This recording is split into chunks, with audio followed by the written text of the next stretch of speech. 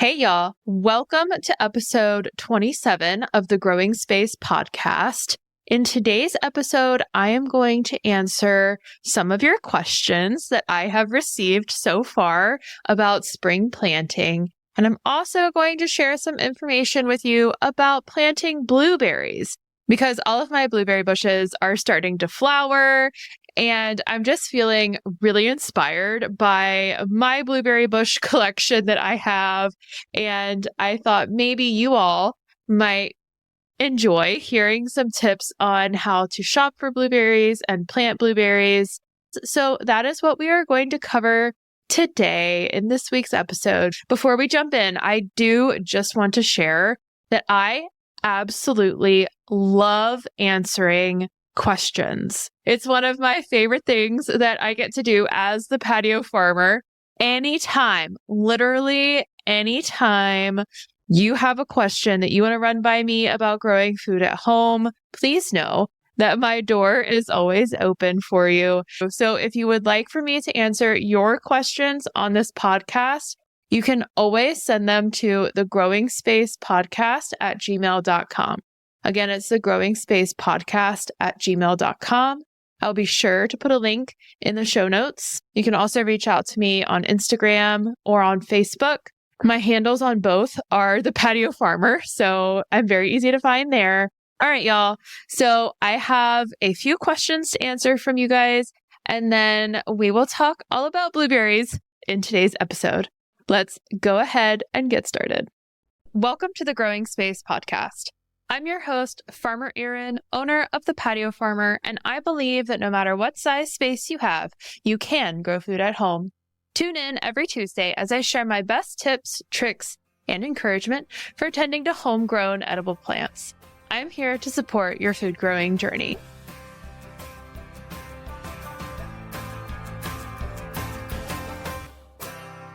The Growing Space Podcast is sponsored by Plant Club by the Patio Farmer. Plant Club by the Patio Farmer is a monthly subscription service I started in 2020. It's a membership-based opportunity to take your growing journey to the next level. With 4 different membership options, you get to decide the amount and kind of support that's right for you. All Plant Club members receive access to my online community through a platform called Circle. Having access to this platform allows members to share pictures, ask questions, celebrate harvests, and get to know each other. All Plant Club members also have access to free seeds each month, along with information on how to plant and tend to their crops, with seeding instructions and downloadable resources from the Patio Farmers Resource Library. Membership starts at just $14 a month. Join Plant Club today by visiting my website, thepatiofarmer.com/membership.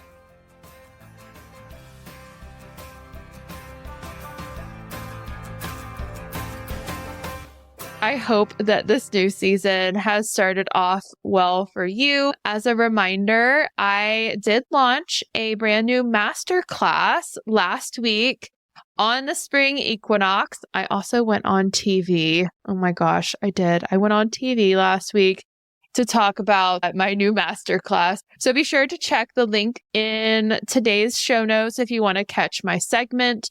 And I will also put the link directly to my masterclass if you would like to take a look and sign up for that. It's really great. I love it. And I think you will too, especially if you're looking to really hone in on some key elements to success. My masterclass is called the 6 S's to Success. And I literally walk you through every single thing that I could think about related to scoping sunlight, understanding how your perspective of the sun changes in your growing space throughout the year, throughout the seasons. I talk about space, so getting your raised beds set up, your containers, even in-ground growing and edible landscaping. I have a fun little freebie resource tucked in about edible landscaping hacks for me, which is included in the masterclass. I also talk about soil, all the amazing things that soil does for us, how to shop for soil, how to compost, soil nutrients, plant macronutrients. I'm obsessed with soil. And I think that module is the biggest module. So that shows you just how much I love soil and how important it is for our plants. I also talk about growing for the season, and there's a full section about seeds, how to shop for seeds, my favorite seed companies, which I've done a podcast episode on before, but I also walk you through like different considerations for planning your space and knowing whether, you should plant something from seed or use a seedling. And then I also talk all about supervision. That's the last S. The sixth S to success is supervision. So there's a lot of like plant care, plant maintenance tips tucked into that module. So there's over 4 hours. Wow, I know. Over 4 hours of content, recorded content that I share in the masterclass. And I had a lot of fun putting it together. I also tucked in a little over 20, crazy, I know, 20 different resources and downloadables for you. In the masterclass is an exclusive maintenance plan for my top 30 homegrown crops. So, like I said, there's a lot in that masterclass, and I think I have it priced at just a steal of a deal. So be sure to check that link in today's show notes. And I would love to see you in the masterclass and help you be as successful as possible this year in your growing space. The masterclass is accessible to anyone, anywhere. As I have listeners who are tuning in from all over, just know that it is accessible to you. Okay? So we're going to talk about these 2 questions that I have received from listeners. These actually came in from Instagram. So I appreciate you all following along on my Instagram stories. I do like to show up on Instagram stories as much as possible. And so I was really excited to hear these 2 questions come in. The question that I'm going to kick off with is, how do I keep my chickens out of my growing space? If you do have backyard chickens or you're considering getting backyard chickens, I will just quickly state that you should go back and listen to my interview all about backyard chickens. It was episode 25. It was very recently put out. And I interviewed David Blackley and Presley Williams from a local hardware store and business here in the Charlotte area, Renfro Hardware and Farm. And they shared tons of great information about backyard chickens. And the person who sent in this question is like one of my most loyal followers and a fellow chicken mom. And she's been in Plant Club since the beginning. So huge shout out to you. You know who you are. How do I keep my chickens out of my growing space without putting up a huge fence? Great question. My go-to solution for any unwanted visitors in my growing space is never to start with a fence. First of all, fencing can be expensive to put in. And sometimes, depending on your space, putting up fencing makes it more challenging for you to get in. It can reduce the amount of space that you have to be growing in. So sometimes putting up that barrier is just not the best solution. For example, even if you put up a fence, chickens can fly. They don't do it often, but they can fly and they can, jump around and get into spaces. Even if there's fencing, squirrels will also, climb and get into things, even if there's fencing. Fencing is usually helpful for like deer. Obviously, a really tall fence is helpful for deer, usually like 8 to 9 feet for deer.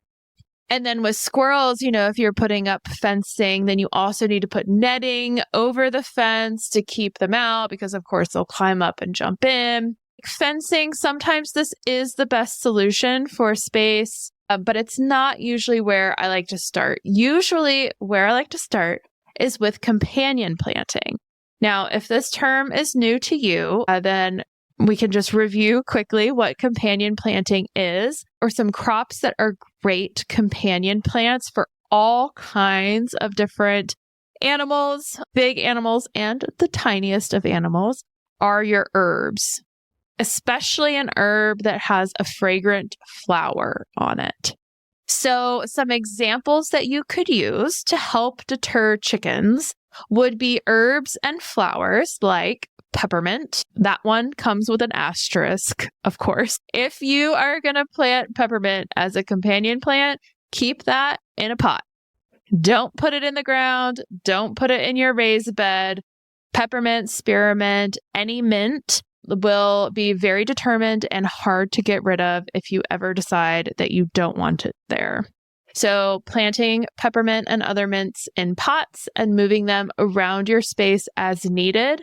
You can also plant things like marigolds, catnip, chives, marjoram, lavender, yarrow, sage, thyme, tansy, and plenty more. And then the second question that came in, which I love this question so much because it speaks to the essence of the patio farmer. And the question that came in, this also came in through Instagram stories. So thank you for sending this one in.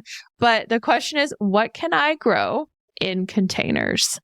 And what a beautiful question, especially for spring.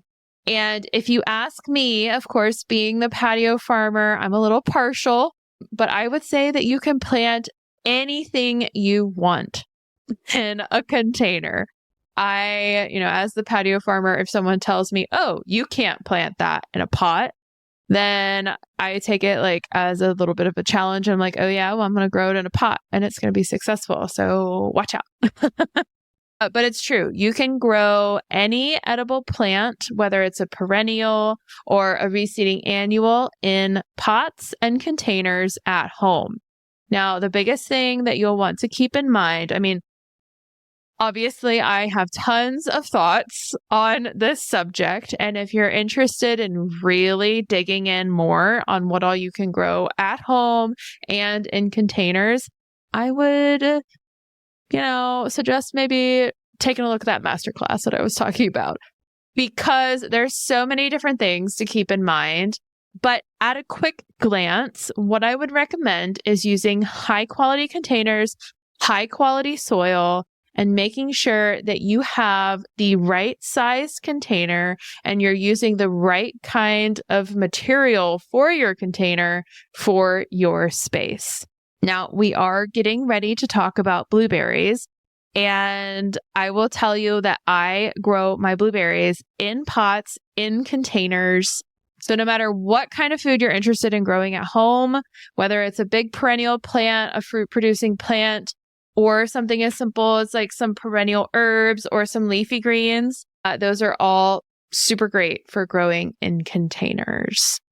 Thank you both again for sending in your questions. And don't forget, you guys, feel free anytime you have a question to just send it over to me at thegrowingspacepodcast@gmail.com, or you can send it to me via my DMs on Instagram or Facebook. I am at the Patio Farmer on both, and I will put links to all of that wonderful information in today's show notes. Okay, so this is kind of fun. I was just in the middle of editing this week's podcast episode, and I happened to check Instagram, and I had another question come in from you guys. And so I want to just plug this in mid-edit addition to the show. So the question that came in is how to know what you should use a seed or a seedling for, and what is best to use in Charlotte for spring. So I feel like there's maybe two parts to this question. One, what are the things that you can grow in Charlotte right now in spring? For those of you who don't know, I am located in Charlotte, North Carolina. We are in the USDA Hardiness Zone 8A. So we have a very mild climate year round, so we can be growing food all year round in our spaces. And then the second part of this question is, what should you use a seedling for versus directly sow in the ground? This is a great question. I get this question all the time, and I never get tired of answering it because I love seeding and obviously working with plants. So to keep this answer short and sweet, what you can plant in the spring, in the cool seasons, are your leafy greens, your root vegetables, your bulb vegetables, and any of your herbs except for basil. The reason why you can plant all of those things in the cool seasons is because they survive a frost. So if we get a late season frost, you don't have to worry about covering any of your leafy greens, roots, bulbs, herbs, etc., except for basil, if you have that growing. Now, my general rule of thumb, whenever I am planting, is to use seeds, to directly sow seeds as much as possible. Spring and fall crops, I would recommend direct seeding those, except your big leafy greens that take a long time to mature. So things like broccoli, cauliflower, cabbage, Brussels sprouts, especially if you're planting those now. So this episode is going out at the end of March. I would definitely use seedlings for those, plus any perennial herbs. So I hope that helps. And I'm glad that I saw this question before scheduling the episode to go out. Thank you for sending that in. If you want to learn more about knowing what to plant for each season and even more information about choosing what you should plant from seed versus seedling, then maybe take a look at my masterclass, because there's tons of great information and knowledge tucked inside answering those questions specifically and in tons more detail. So thanks for that. Okay. And now we are going to switch over and we're going to spend the rest of this week's episode talking about growing blueberries at home. Okay.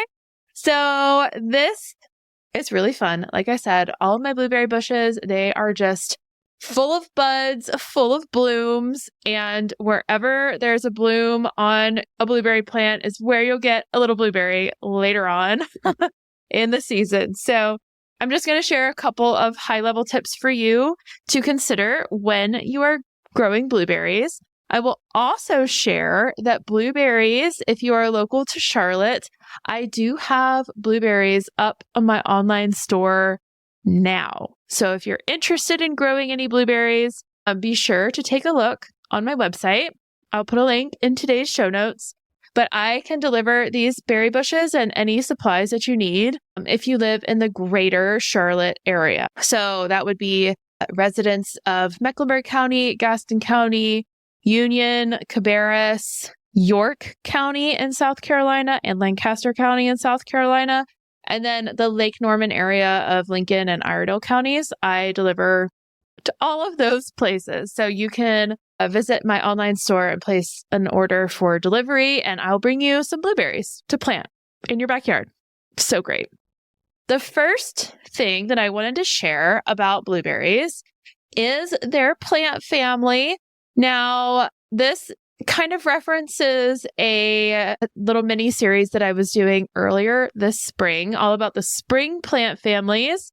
Blueberries are one of the only edible members of this plant family, so we're not going to spend a whole lot of time talking about this specific plant family, but I will tell you, give you a little spoiler, that next week we're going to pick up that plant family mini-series again, and I have 2 episodes that I'm going to do about 2 summer plant families.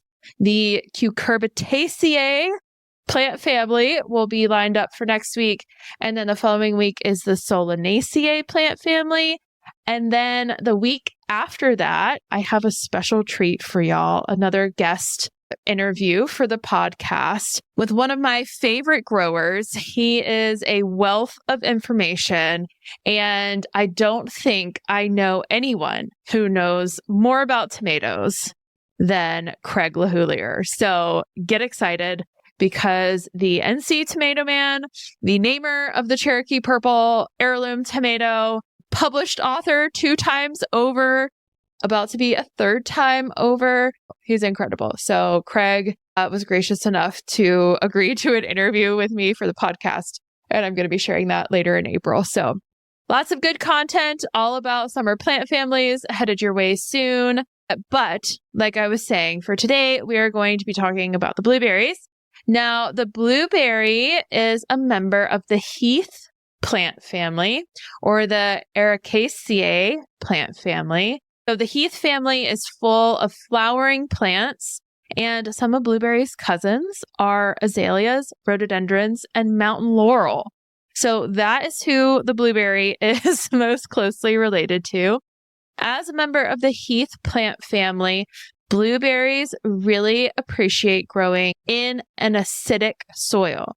That's one of the most important things that you keep in mind when you are planting blueberries at home is that you usually need to add some kind of soil acidifier before you plant your blueberries. This is also something that goes into ongoing maintenance of your blueberry plants once you get them home and planted, is to add some soil acidifier, usually once or twice a year.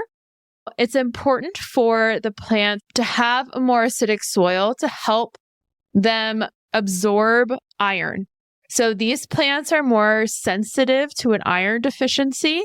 And so having a more acidic soil helps to break up the iron in the soil, in your native soil or a potting soil, depending on how and where you decide to put your blueberries.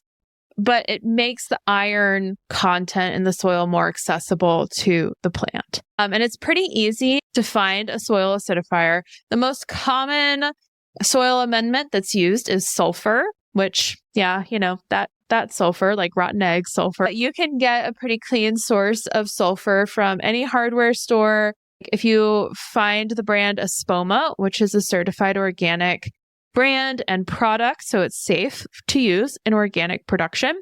They have a soil acidifier. It usually has like a bright blue hydrangea on it because hydrangeas also need an acidic soil. You can use that if you like. I like to use a certified organic plant-based plant food, which I have tucked in on my online store as well. So if you're looking at my blueberry bushes, make sure you pick up some blueberry food as well. You can also find like an azalea or Japanese maple plant food. Sometimes that's a little easier to locate, and those will also acidify your soil. As you are shopping for blueberry bushes, I have a couple of recommendations to keep top of mind. First thing is make sure you ask your retailer how old the blueberry bushes are. Most of our fruiting plants and our perennial fruiting plants are going to take 1 to 3 years to produce a first harvest. Now, most of the time, if you're able to purchase a large blueberry plant that's already, it looks like it's had at least, 1 year, maybe 2 years of growth. And usually these plants would be somewhere between 2 and 4 feet tall when you bring them home. Usually that's a good indication that your plant is pretty mature and you might even get blueberries after you plant it this. So if you can ask how old the blueberry bush is that you're about to purchase, then that can help adjust your expectations for when you'll see fruit for the first time. And obviously the older the blueberry bush is, that could have an impact on how much you're paying for the blueberry bush, but it also means that you're going to get more berries right after you plant it. Anytime you do any transplanting, you will have a little bit of transplant shock. So no matter how old the blueberry bush is, even if it's a 3-year-old plant and you plant it this spring, you can expect a little less production just because of that transfer from pot to in the ground or wherever you're growing your blueberries. Another thing that I would just like to call out is that blueberries are usually featured on the Environmental Working Group's list for the Dirty Dozen. When we buy blueberries, that are not certified organic, they have been sprayed heavily with pesticides and herbicides. So just keep that in mind. I like to mention that's a good plug, a good motivation for growing your own blueberries at home. And if at all possible, trying to find certified organic blueberry plants to start out with. All of the plants that I have listed on my online store are certified organic, so you don't have to worry about that from me. But as you're shopping, just see if you can find an organic plant. Help keep those toxins out of your body, help keep your liver and all of your other body systems happy and not having to work as hard and help you absorb all of those beautiful nutrients so much better and so much more efficiently. There's two more things to keep in mind as you are shopping for blueberries. It's generally recommended that you plant at least 2 blueberry bushes, and this is for pollination reasons. Blueberries are actually self-pollinating. So while blueberries will produce, even if you just have 1 blueberry bush, they will be exponentially more productive if you have more than 1 blueberry plant. So keep that in mind. My recommendation would be at least 2, but get as many as you want. When you plant blueberries at home, you want to space them every 6 feet minimum. You can plant them a little wider apart, but 6 feet is usually a good spacing for blueberries. You can also plant blueberries in the ground directly. They love our, and I say our, for those of you who are new to the show, welcome. Also, I am based in Charlotte, North Carolina, and we are blessed with super heavy clay soil, which is actually really high in iron, which the blueberries like, but it's a really compact soil as well. But blueberries still thrive in the clay soil. I've never had an issue with growing blueberries directly in the ground here in the Carolinas. So blueberries can be planted directly in the ground. They can also be planted in large containers or grow bags. That's usually where I put my perennial plants, and most of my blueberries are in 20-gallon big grow bags, and I love having my blueberries in those grow bags. You can plant blueberries in raised beds, but just remember that as perennial plants, they like to take up space and continue growing. Maybe you want to save that real estate in your raised beds to more intensive, faster growing crops that tend to have a little bit more high needs, like your seasonal vegetable rotation. So just something to keep in mind there. Another thing to be aware of when it comes to blueberries and shopping for blueberries is the time in the blueberry season in which those specific varieties or the specific variety that you're purchasing will produce fruit. So here in the Carolinas and in North Carolina in particular, our blueberry producing season is usually from May through July. So it's a pretty extended window, right? That's like 3 months of blueberries. So magical, so great. Now, there are different varieties that produce at different parts of that production season.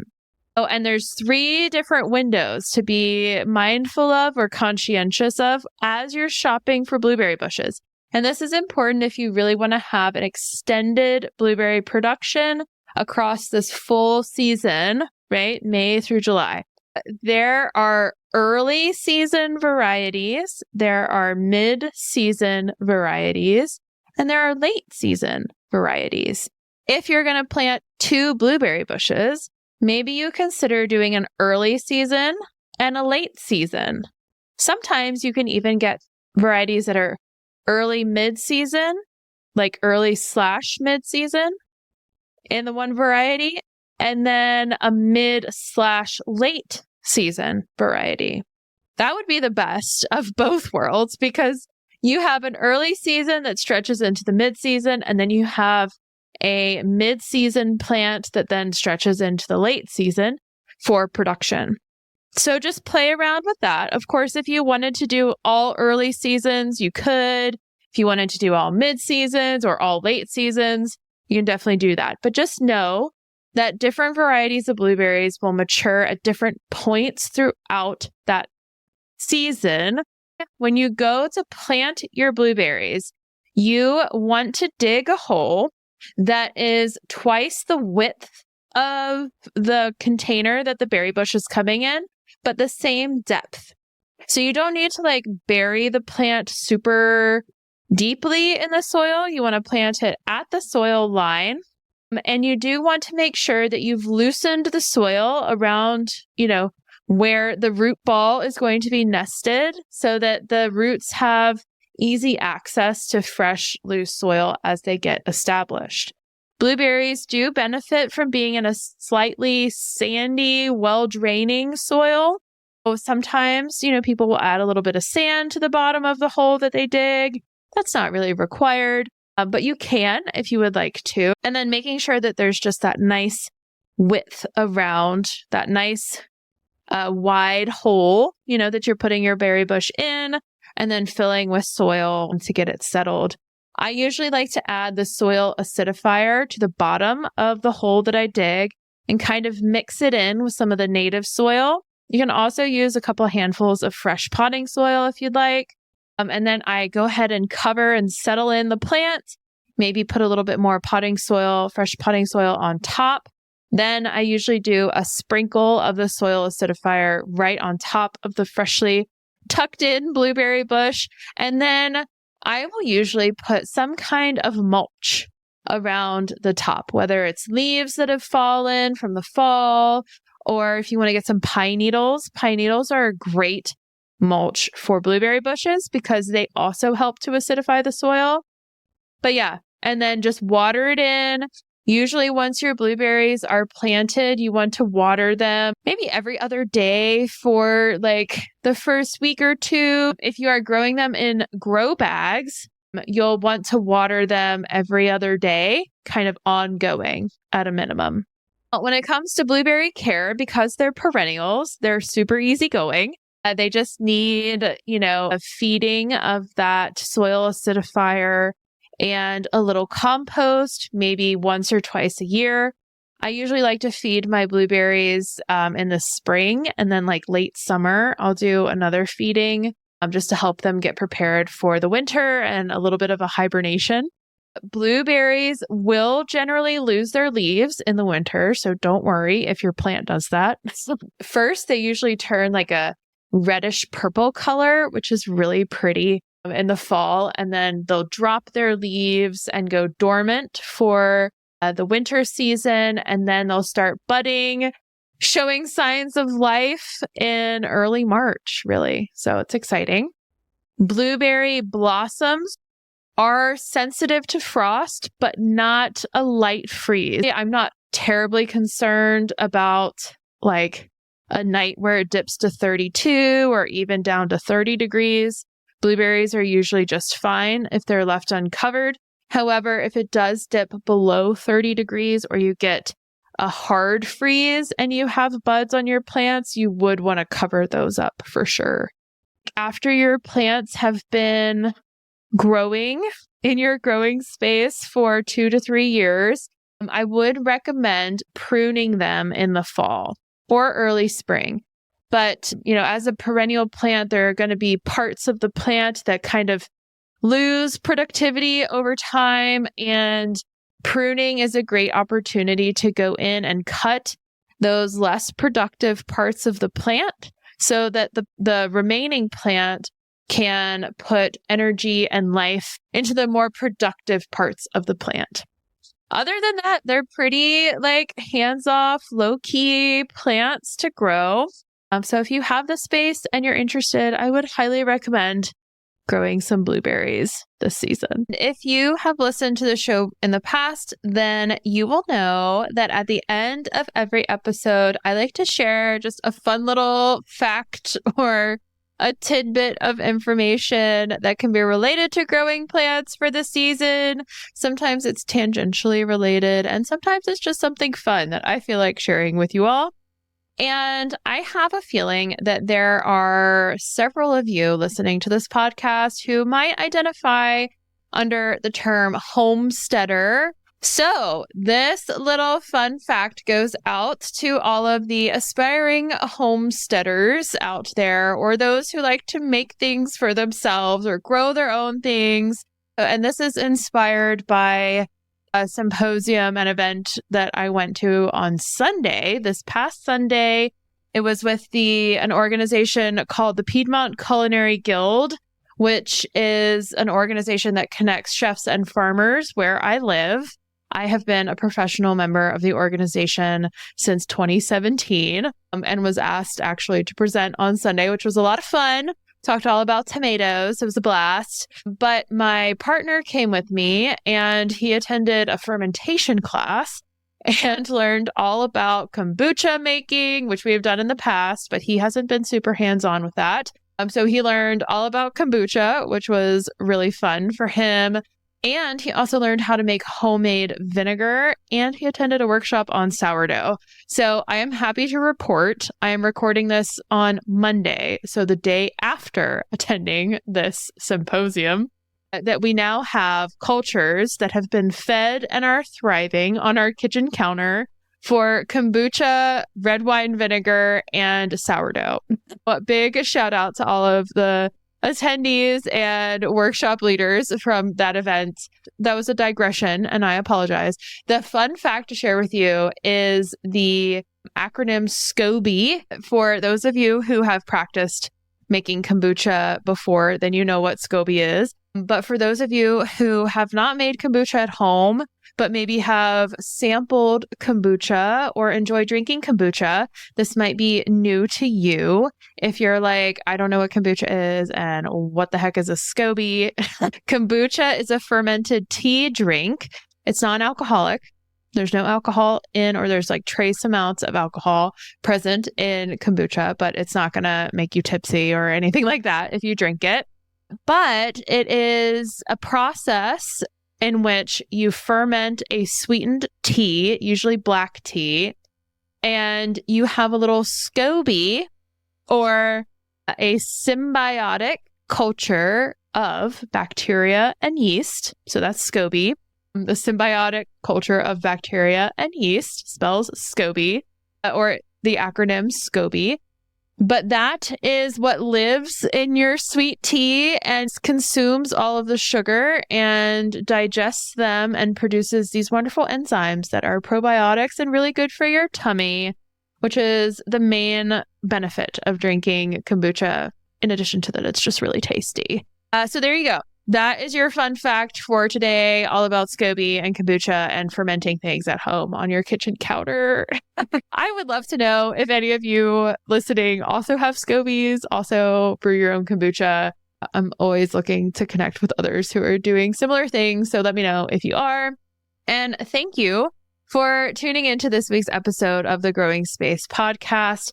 Like I mentioned already in the show, next week we are going to pick up with our Meet the Plant Families mini-series. I told you guys we weren't done with this yet for this year. And we're going to learn all about the Cucurbitaceae plant family. So lots of good stuff headed your way to help get you ready for summer and all of the magical things that you're going to be growing this year. I am just so excited for you, for all of us. And we'll see you again next week.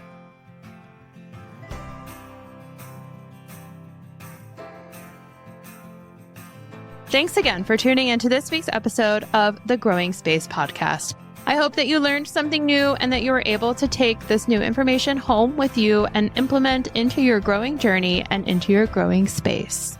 As always, I am here to support you and your food growing journey. If you'd like to learn more about the different services and resources and membership programs that I run through the Patio Farmer, please check out my website, thepatiofarmer.com. You can also follow me on social media. I am on Facebook, Instagram, and oh my gosh, most recently, TikTok.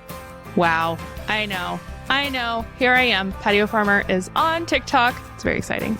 If you enjoyed today's episode, please give it a like or a rating or a review if you want. Maybe share a little comment about your favorite part of the episode. Share it with a friend. The more interactions I get with my little podcast online, the more I'm able to help people just like you in their food growing journeys. As always, thanks for being here, and I will see you again next week.